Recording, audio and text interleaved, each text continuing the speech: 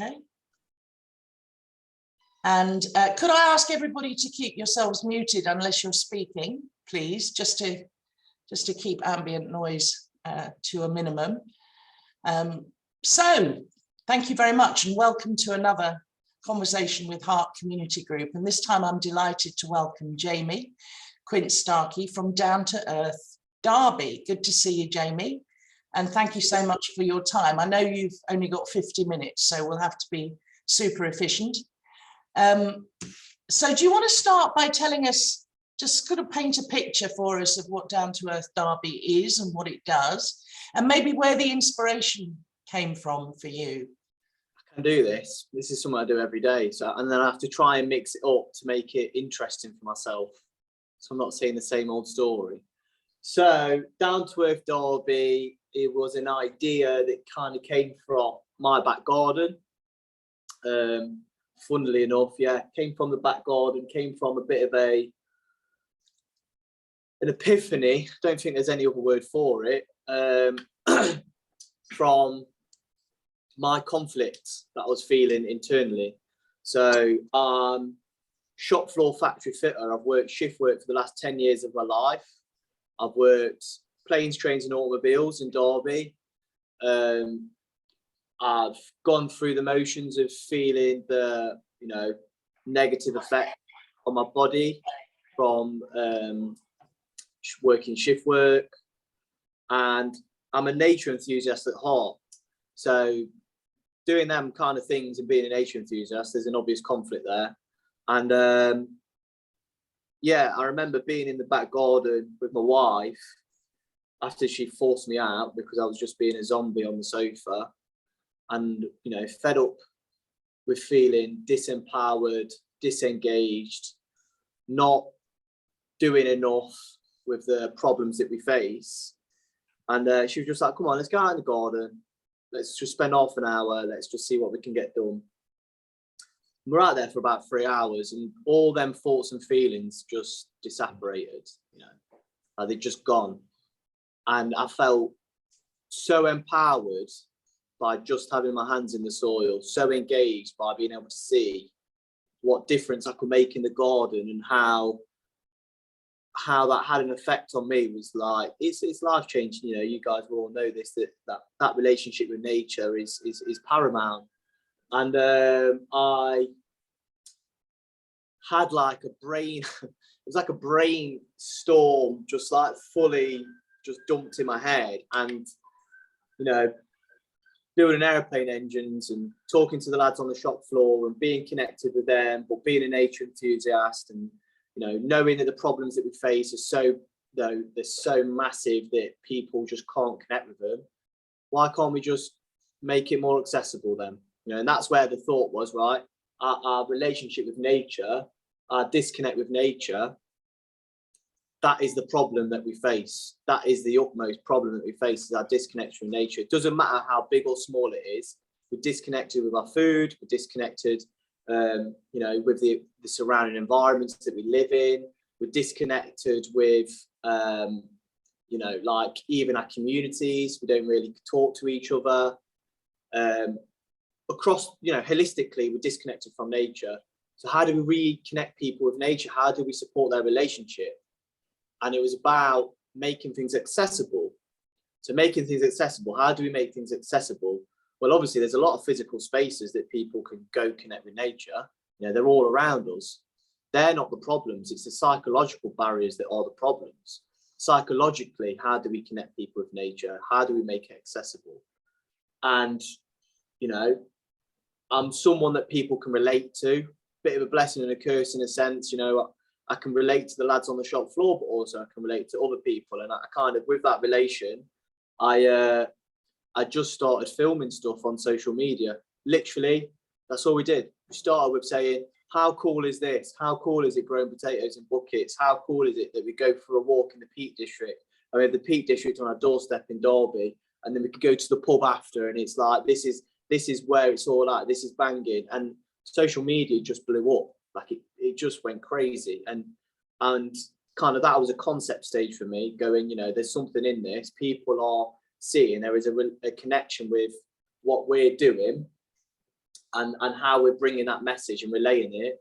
And we ended up, you know, doing this film that we screened at the local arts and culture centre, which was a monster in itself. Like that just, you know, created an avalanche of interest. And, you know, we had the mayor and mayoress there. We had like BBC Spinners News, Radio Derby. Everybody got interested in it. And then they were like, right, what are you going to do next then?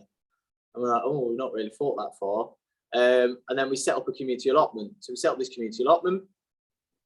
There was no, you're not going to get this benefit. You're not going to get this improvement. It's not going to do this. It was literally just come down and have a laugh. Just come down, get involved, enjoy. You know, let's just have the crack, and we'll go to the pub after. You know, there's a common theme here. There's always a beer at the end. Maybe that was the pub. So we started doing these like fortnightly like garden sessions on the allotment, and then we were taking people for walks into the Peak District once a month. And we kind of got these communities. We had this community of people who just wanted to come for the walks, people who wanted to come for the garden sessions, people who wanted to do everything. And then there was people who just were quite kind of engaged online because they were too far away. And, you know, we did that for a bit. And the crazy thing was we had, and I love this story so much because I don't know if you guys have ever been to Derby. It's very grey. It's boring. You know, I've got a love-hate relationship with Derby. I'm Derby born and bred, but it frustrates me massively that it's just so, there's nothing to do. We had a school teacher from Denmark message us asking if she could bring her class on a school trip to our allotment site. And I was just like, are you mad? Like, there's nothing to do here. I was like, what? Like, they were like, yeah, we just want to come see your allotment because we love what you're doing. We think it's brilliant. And, you know, we had a relationship with this teacher, and she ended up teaching her kids from the stuff we were posting online. So, you know, we were doing the right stuff. So from there, you know, the walks, everything was good. Everything was like happening. And I was kind of observing, and I was like, you know, there's something in here. There's a model to kind of take away. And how do I make this sustainable? So during this time, I've got, my son's been born and my daughter's on the way, which is crazy. So started a lot of stuff at the same time in this short space of time. And it was like, how do I make this sustainable, and how do I make this something that I can actually live off? So I spent a lot of time developing a ramble, you know, taking people for walks. Let's organise a programme for that. Let's organise a programme for gardening. Let's organise a programme for talks at the local arts centre around our relationship with nature. Took me flipping ages. And then COVID happened and wiped all that work out and like put me in my place big time, which probably wasn't actually such a bad thing, because what it did do, it made me reflect on the project and where we wanted to go and what we wanted to do. And I'm a big fan of Eden Project. It's been a big inspiration for me. And, you know, this whole journey came from me standing on top of that platform and thinking, bloody hell, 20 years they've done this. Like, why can't this be up and down the country? Why isn't this new classroom? Why isn't this the future that we're aiming for? And so I had a bit of reflection, looked at everything that we'd done, you know, successes and failures, and what was happening with Derby, what was happening with Derbyshire. You know, we all know that the retail experience is dying out. City centres aren't what they used to be anymore. They're not the same. They're not used for that thing anymore. Personally, obviously, from Derby, geographical location, located to the Peak District, the history and heritage and culture, blah, blah, blah, all them kind of things. And I was just like, why can't we do that in Derby? Like this, I had a dream to do that in Derby, which was going to be a 10-year thing, and COVID kind of shortened that and made it maybe 3 to 5 years, maybe even very soon. So with that in mind, I wrote a cheeky email to Tim Smith at the Eden Project, who invited me down to meet him. And I had a chat with Tim. He said, love your project, love what you're about. How can I help? Haven't got any money, by the way, but would love to get involved. And I was just like, just be our mates. So he just became a friend, and he says, I'll go one better and I'll mentor you. And you can actually say I'm your mentor. So he mentored me for a year.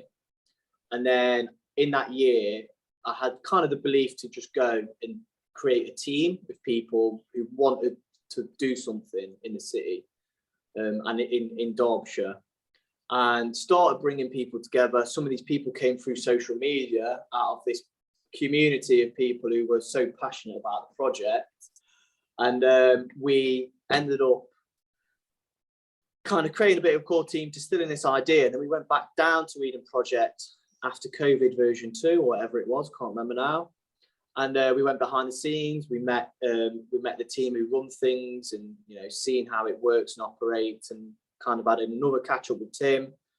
And that's when things got a bit serious, because Tim was like, well, you're in a position now where we're behind you. We think this project's feasible. You need to just go full pelt. It's like, Tim, I'm working 3 shifts. I've got 2 kids, trying to create this community. Where is that time to create this business case? And then, well, actually, let me send an email to Warren East at Rolls-Royce, who is the chief exec of Rolls-Royce, and let me see if I can ask him for a favour and get you seconded. I was like, just like that then, just like, is it that easy really? And he sent the email, and in 24 hours, I got a year off work, which has now been extended to another year, seconded from Rolls-Royce, and looking at a serious partnership with Rolls-Royce. So that's happened. We left Eden with Eden Project becoming project partners in the project, which is, bringing that back to Derby. We had clout to talk to the city council about brownfield sites and regenerating brownfield sites, and we got a bit of a concept. I have got a presentation that I will run through with you guys, if that's okay. It's only a quick flick through. If I can share it, it'll be really useful for you guys to see where we're at. So yeah, October the 1st, 2021, I finished work at Rolls-Royce, seconded, paid, getting paid to do this, and it just went crazy. Did stuff for Berghaus, went to COP, went to 10 Downing Street, which was mad. We, started talking to the city council. We're starting that relationship that became quite big. We've got an MOU with the University of Derby, talking about doing a degree in nature-based regeneration. Talking with Rolls-Royce. The community is just growing and growing and growing.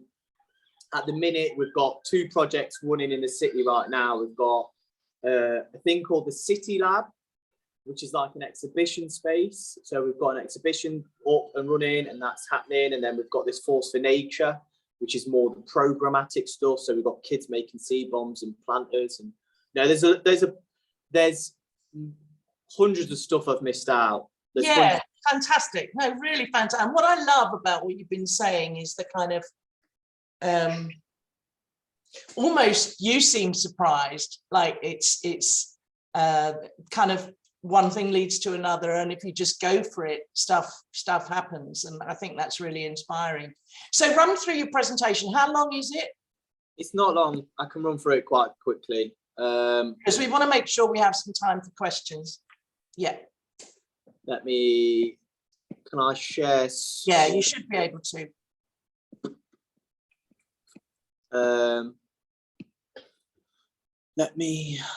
Sorry, I can't find it's not coming up with a share screen. Or I don't know if it's terrible with technology, Can't believe it, really. I can't get it up. It's not coming up with a share screen. Oh dear. Well, can you, maybe, because I think you've given us enough of a flavour. So I think that's... Yeah, I think that's all right. So I'm going to kick off with a question. Well, maybe a couple of questions. Like, what does, if you know, you may not know, what does ultimate success look like for you now? What we want to do with this project is be a template, a blueprint model for others to follow. Derby is a town, it's a city by, to statistics. However, it is a town, it's a market town. That's the feel. You can walk from one side to the other very quickly, and everybody kind of can connect and network really quickly, which makes it a real good model to use. So we're looking at Derby as a blueprint and something that we can go, okay, it works here. Where can we take it next? Where can be the next level? And that's where I see it, because that's what I think we need to do, because we haven't got time to do anything else. It might not happen, it might do, but ultimately that's what we're aiming for. Yeah, great, thank you. And just one last question from me, and then I'll open it up. So be thinking, people, about your question. You mentioned, Heart is focusing on local community resilience in the face of what we think is, climate and ecological catastrophe. And I heard you said earlier, you were talking about the big problems that we have, but to what extent is that a driver for you? Does it fit in with what you're trying to do at Down to Earth Derby? I've got 2 kids, right? And the way the world is going, what is the future that they're going to have? And I think we've got to be, unfortunately, and strangely, although our kids cringe at us and they think we're the most embarrassing thing, they do end up being like us quite a lot. So with that, we've got to be the people that we want our children to be. We've got to be that. We've got to be that role model that we want. Otherwise they will find other role models, and we've just got to be pragmatic and realistic as well. We're not going to solve everything, but what we can solve is the very close things. I think that for me, one of the things that I kind of say all the time is, Joe Bloggs, who lives on a council estate, the closest thing that he has with his relationship with nature is watching a David Attenborough documentary on planet Earth talking about the Galapagos and the Antarctic. And then he's out in his concrete jungle. He's never going to go there. How is he going to relate to that? He ain't going to be able to relate to that. What he will relate to is the environment around him. And that environment isn't relatable to him, because he's not responsible for it. He doesn't have an ownership for it. He doesn't have a community. There's no community resilience there. There's no community vibes there. And what we need to do is slowly but surely, taking them risks, changing that culture, is start bringing in that accountability, responsibility, and ownership. That's really easy to do through nature. It's really easy to start developing, gardens and stuff. There's an amazing guy. There's a friend of mine. He works in London. I can't remember what his project is called, but it came out of Grenfell. The Grenfell fire came out of that. Tayshawn, his name is. He's a semi-professional footballer. He never thought he'd get into gardening. Got into gardening. He's setting up community gardens in the places that you'd never think you'd set up. And everything that we all know, he's putting into practice, and it's happening and it's working. And he's getting people connected with nature. So it's doable, but it's all about them bite-sized chunks. I am surprised that I'm where I'm at, but also in the same at the same time, I'm also saying it's not that surprising, because I know it's instinctual, it's following your gut, and this is exactly what we need to be doing. This is exactly what we're all pushing for, but it's doing it in a way that is accessible and down to earth. Yeah, I love that kind of joint meaning of your name, actually, down to earth and down to earth. That's really, really nice. So let's open it up for questions. So if you have a question, raise your hand, or in fact, Matthias has just written one in the chat. How could people, I'll start with that one. How could people interested in the blueprint idea you mentioned find out more and engage with you? That is something that's going to take time. Obviously, we've got to do the work to build the model. do the work to build the model, we need to build our concept sites, you know, and where we are now. So to give a bit of an overview of where we are now, which is why I want to probably go through that presentation, is we are at a point now where we are, in fact, let me share it to the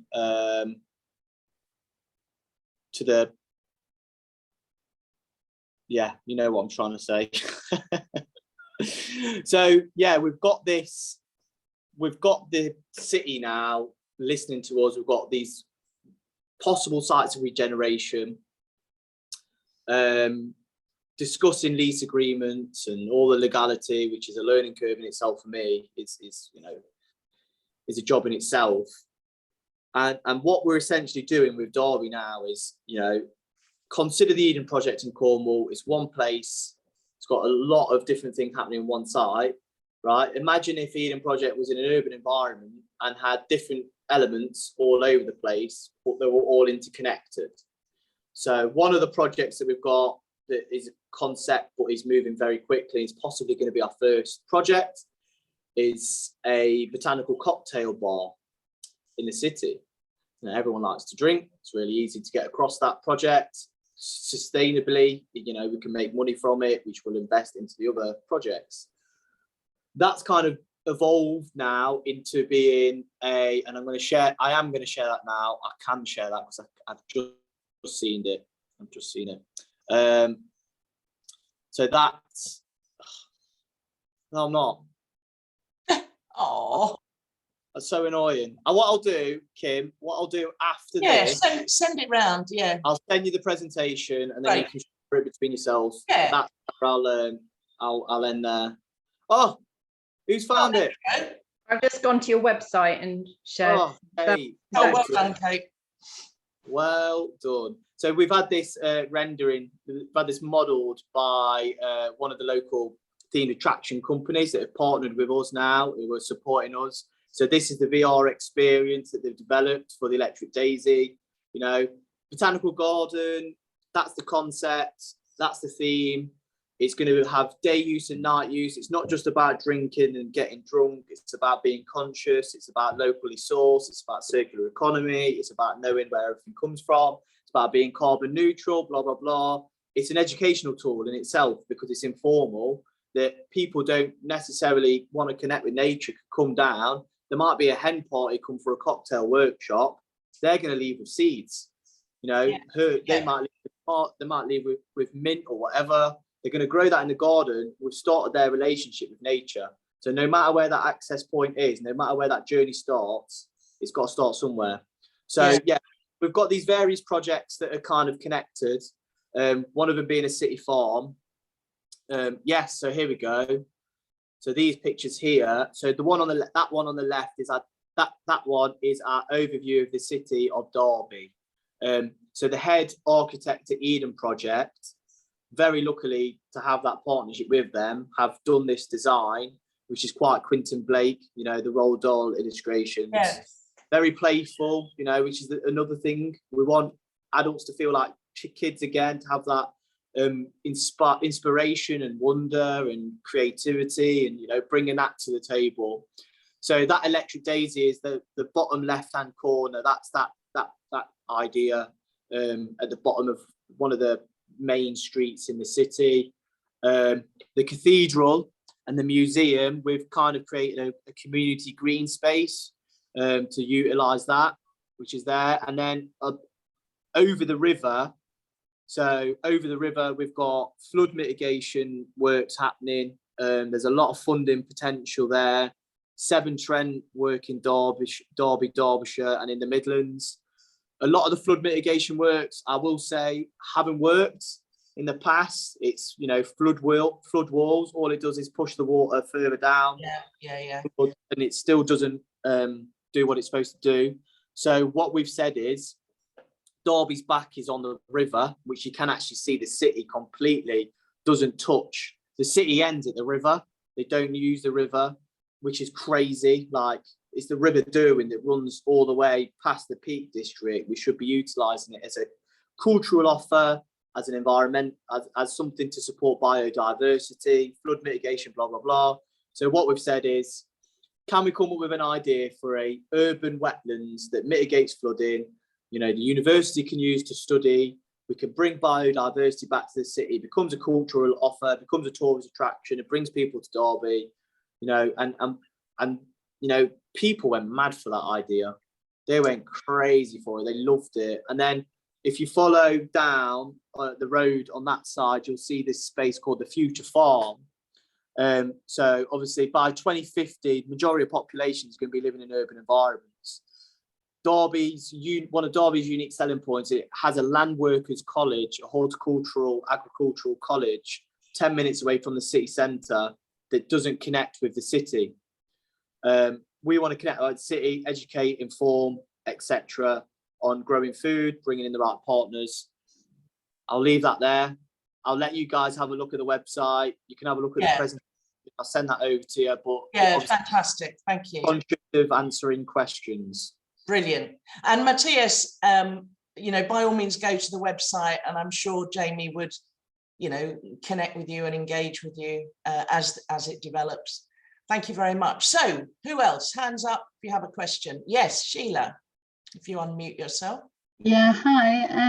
I love the idea of the community allotment, and what I'm kind of interested in is the idea of the allotments that, you know, we've got locally, or everything's a little bit haphazard, half falling down and all the rest of it. But if you're bringing the public into a community allotment, are you really starting off from a point that everything's safe and health and safety, and there's no rickety sheds, and there's no, you know, do you know what I mean? Like, you've got to get that sorted up front. So we just did things on the fly to start with. I'm not even going to lie. You know, I just wanted something to happen. This was before we became a community interest company. I was fed up, you know, I was fed up of not seeing things happen and it being that easy and there being so much red tape. However, now, you know, being a community interest company and where we're at now is going through the red tape, making things safe, going through all the risk assessments and the health and safety. Fortunate enough, we've been able to do that. It's not really that difficult. You're not going to get rid of all risks at the end of the day on an allotment site. It's just part and parcel. You just have to have public liability insurance. If you as an allotment site, you will have public liability. But if you become a community interest company or whatever you want to be, and you get your own public liability, you're kind of double covered. You're not going to get risks. You're not going to get rid of risks. You're just not going to get rid of them. And also, don't want to get rid of risks because we can't sanitize ourselves and sterilize ourselves from nature. You know, like, kids need to know that things are sharp. To know things are sharp, they have to use them. And like, they have to use cutters and stuff like that, because if they don't, you know, they will pick them up one day and they will chop their finger off. Mm. And we've got to get over that, and that's another stigma in itself, and that's a cultural change. And obviously we've built this bureaucracy and all this red tape that somehow we've got to go through that maze and start breaking down them barriers.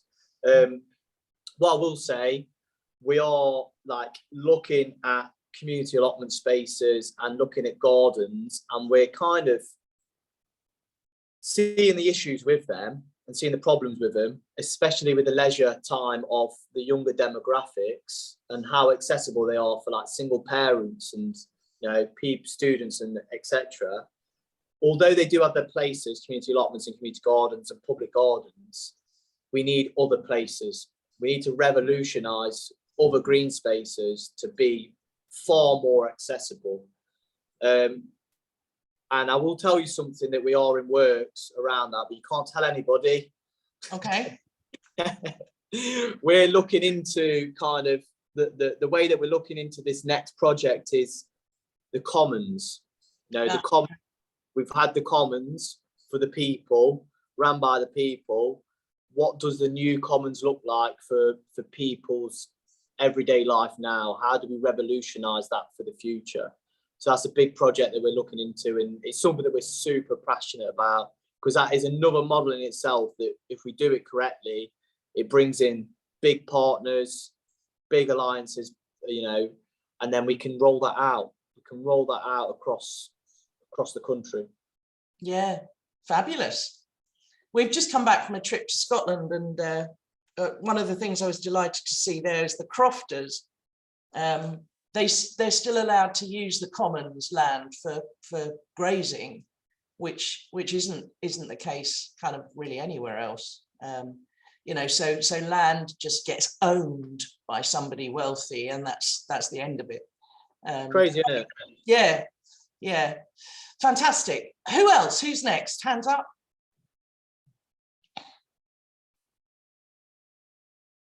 What are you curious about? Yeah, Sophie. Hi, Jamie. It just sounds absolutely amazing what you're doing. Just so inspiring. Thank you for sharing all your brilliant ideas. I'm just blown away. What sort of age group do you deal with? Are you all ages? Do you find that it's interest for all ages, or is it mainly young adults? Or Firstly, obviously, thank you for the compliments. I never know how to deal with them things, because we're just doing it. You know, we're just running with. We're just kind of winging it. If I'm honest, I'm not going to lie, but it's working. We've got this far. Yeah, all ages. You know, certain things relate to certain demographics.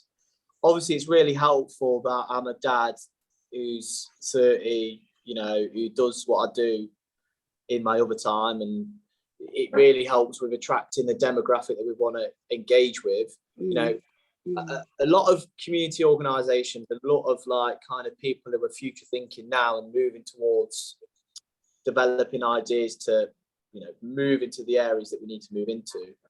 They kind of move for the kids, and they kind of want to engage with children at a young age. I think that's great, and we've all got a part to play. We've all got a part to play in making them changes. For me, though, I think if we can change the parents, the young parents who are raising their children, they will raise them children in a different way. They will have different hobbies and interests and etc., which, you know, they'll find different friends, create them different community connections, blah, blah, blah. It starts creating them changes. I hope that answers your question. yeah, can I just ask one more, if I've got time? Because totally, I really get what you're saying, but often it works the other way around, doesn't it? That children educate their parents. And I'm wondering, from an educational point of view, whether there's a thought in your process, and maybe I missed it, maybe you've already said that, about actually having education on your allotment sites, on your common ground. You said about a university, but do you think there's a way, you know, rather like forest schools, of actually, you know, because most children don't really like the classroom, you know, is there a way of helping people be educated outside? We're on it.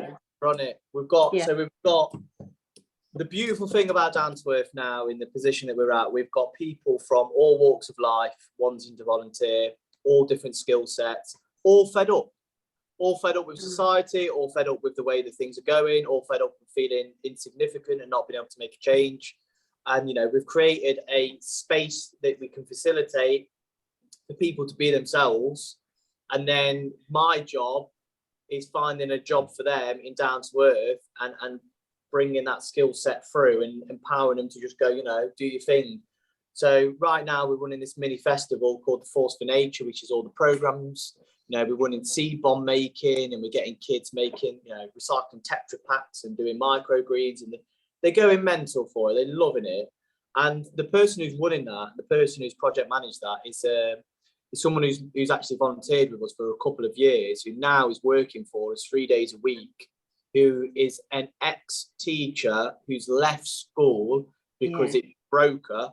Basically went into school to do what she wanted to do. It broke her. She went, I'm not doing it no more. I want to do something that I want to do. She's now creating educational packages to give to schools.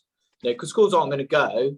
We need to work with them and help develop them teachers. So she's creating curriculum packages for the schools, as well as doing some outsourced education to the schools and helping them set up gardens and stuff like that. So yes, we are working towards that. It is a big part of what we want to do.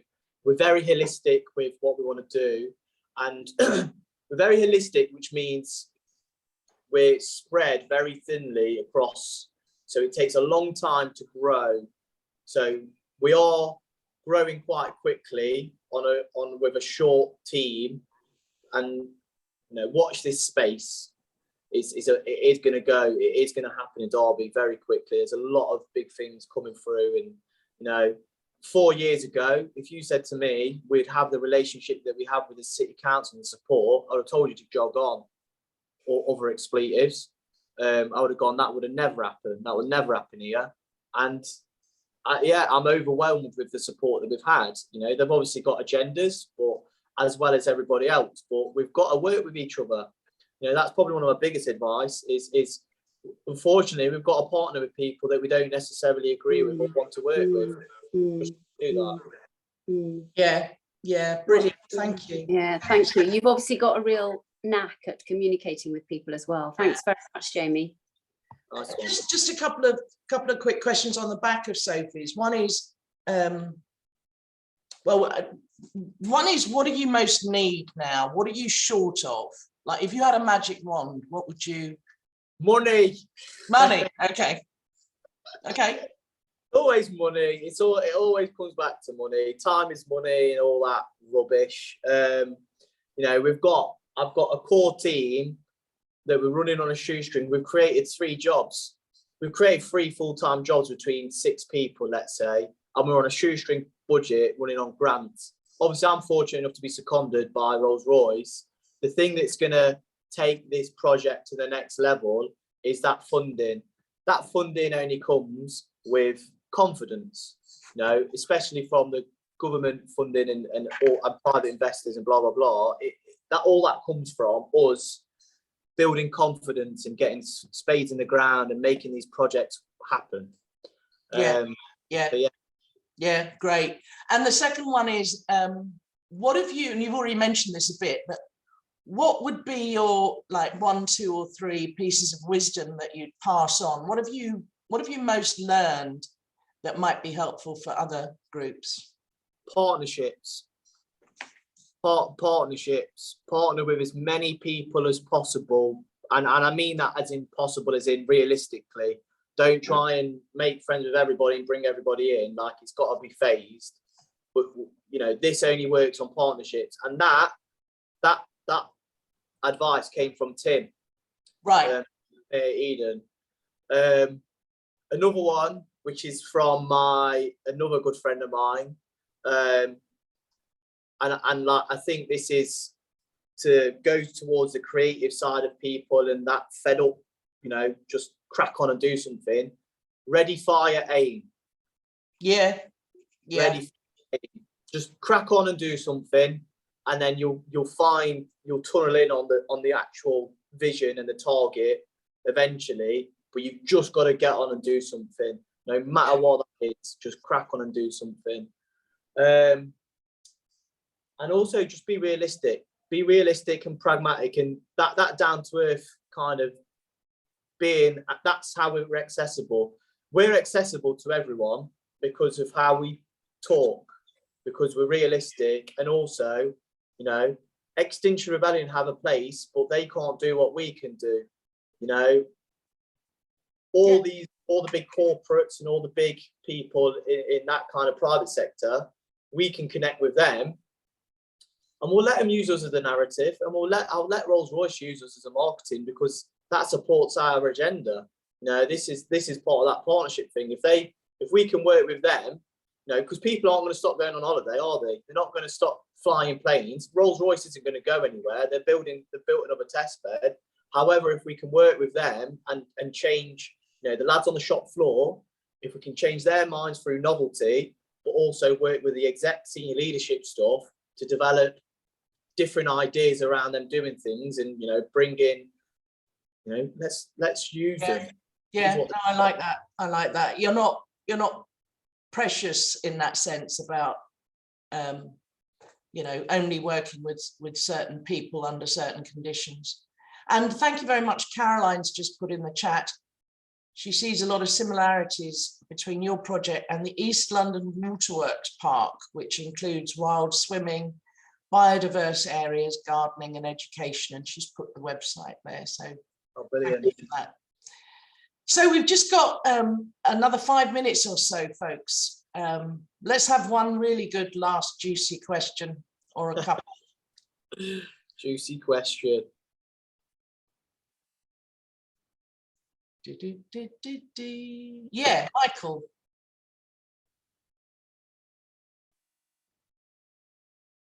Mute my audio. Right, can you hear me? Yes. Okay. I got introduced to an organisation called U3A, which stands for University of the Third Age, and it was all about groups of people getting to, or people, lots of people, local people getting together and following the things they were interested in, be it creative writing or art, or I know in my area there's a couple of gardening groups. I wondered what you might think of partnering up with them. Yeah, like, so we're looking at, I think what you'll find, you know, in a lot of like cities and towns, and because of the bureaucracy, everything is so disconnected and disjointed, and everyone's got great ideas. However, they're over one side, and then something will happen and you'll go, why weren't we asked about that? Why weren't we involved in that? And what we're doing now, we're in discussions with the cultural side, because Derby went for the City Culture 2025, we missed out. We made the shortlist, but they're carrying on with that work.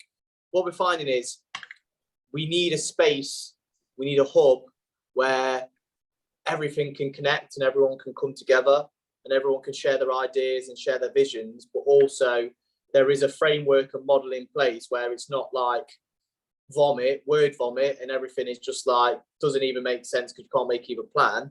But we're looking at creating an engine room, to play on words, you know, an engine room where it's like a lab. So it's not a think tank, it's somewhere where actions come out of and things happen. So yeah, I'll be up for that. You know, like there's obviously space to do stuff like that, and you know, we've got good connections with the university and the colleges, and yeah. Thank you, Michael. Thank you. So Kate, I know you started a community garden in St Albans. Kate is one of our core team in Heart. Is there anything you want to do as an observation or a question just before we finish up here? No, thanks, Jamie, for a really inspiring talk. I totally agree with everything you're saying. It's everything takes a long time to do, this, the bureaucracy and everything, but if you've got the vision and you've got the people coming with you, it just feels so bloody good. You've got to excite people, I think. And you know, like I don't know when it happens, and I think it happens in school, we get the imaginative, creative, you know, that awe and wonder in the world taken out of us. It's like sucked out of us, and we've got to get that back into people. Like, that is the biggest thing for me. We've got to get that back into people. We've got to, you know, one thing, you know, you'll see it with that overview of the city centre is, I want people to feel like kids again. I want people to romanticize over the city, romanticize around nature. Like, you know, we're having conversations with Paul Cummins, who did the poppies out of the Tower of London, who's from Derby. Very pessimistic, but also he's looking to get involved in this project where creating an urban nature trail around the city, you know, an arts trail around the city, that kind of stuff changes. It changes the cultural shift, and you know, that consciousness. We need to change how people view things. You know, Derby. I'm born and bred in Derby. You know what we say? Why should we bother? Nothing ever happens in Derby. Nothing good comes here. What's the point? What's the point? And the magic is changing that. That's where it's at. That's how that's what you've got to do. You've got to change people's perceptions. You've got to do it in a way that is radical. You know, it's not radical like it's in their face. It's radical because they can't even believe that it would come there. Yeah. And that's it. Fabulous. Well, I think that's a really good point to let you go, Jamie, because I know you've got another call. Thank you so, so much. We really, really appreciate your time and your inspiration and your creativity and your modeling the way. Thank you. Yeah, really, really appreciative, really grateful. So yeah, if you'd send us that presentation, I'll get that over. that would be wonderful. And everybody do go and have a look at the website, Down to Earth Derby. Lots of other stuff on there. Yeah, thank you, Jamie. Have a great rest of the day. Thank you, everybody, for coming. You too. Thanks for your time. All right, thank Bye. you. Thanks, Jamie. See you Bye-bye. later. Bye.